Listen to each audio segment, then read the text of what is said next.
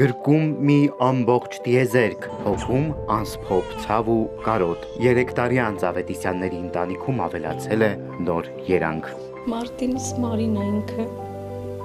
ուղարկել է, որ իհարկե Աստծո կամոք, ուղարկել է, որ մայրիկը ապրի։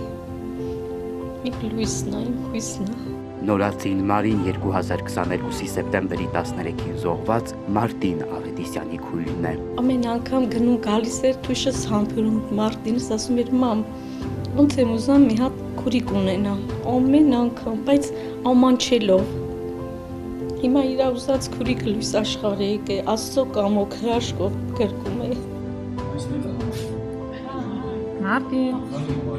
Մարտինը զորակոչվել էր 2021-ին, տարի 7 ամսվա ծառայող էր, երբ թշնամին հարձակվեց սահմանի ամբողջ երկայնքով։ Առաջնեկս էր, շատ էի կապված, ասում է Տիկին Աննան, մահվանից հետո հաճախ էր տեսնում երազում, բայց դրանից մեկը առավել խորհրդանշական էր։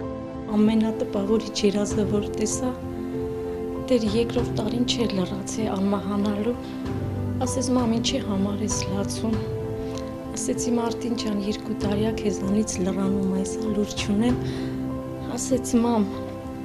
այդքան սպասել ես մի ամիսն ինչա որ չսպասես, հաջորդ ամիս իմացա բալիկի եմ սպասում։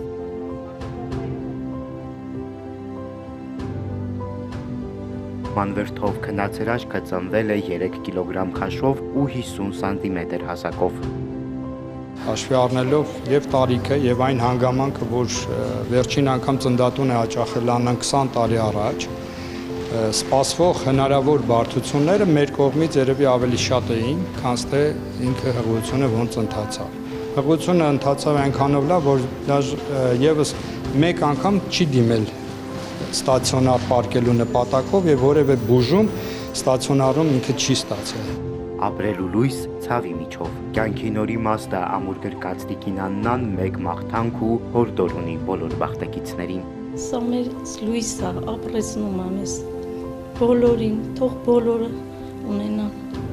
Աստծո տված հրաշքներն է։ Սկզբից ես էլ չէի ուզում, համաձայն չէի, բայց հիմա որ գիրկս է,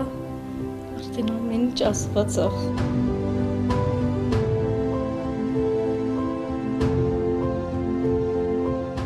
Բոլորին ցանկանում եմ այսպեսի հրաշք երջանկություն։ Թող առուսպալիկ մեծանա, հորոմորով մեծանա։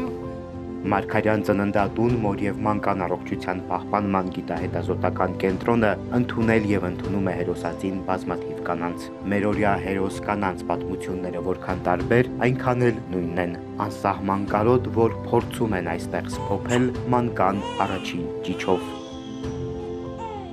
Սևակ Վարդումյան, Սիմիկ Մայիլյան, Էպիկենտրոն։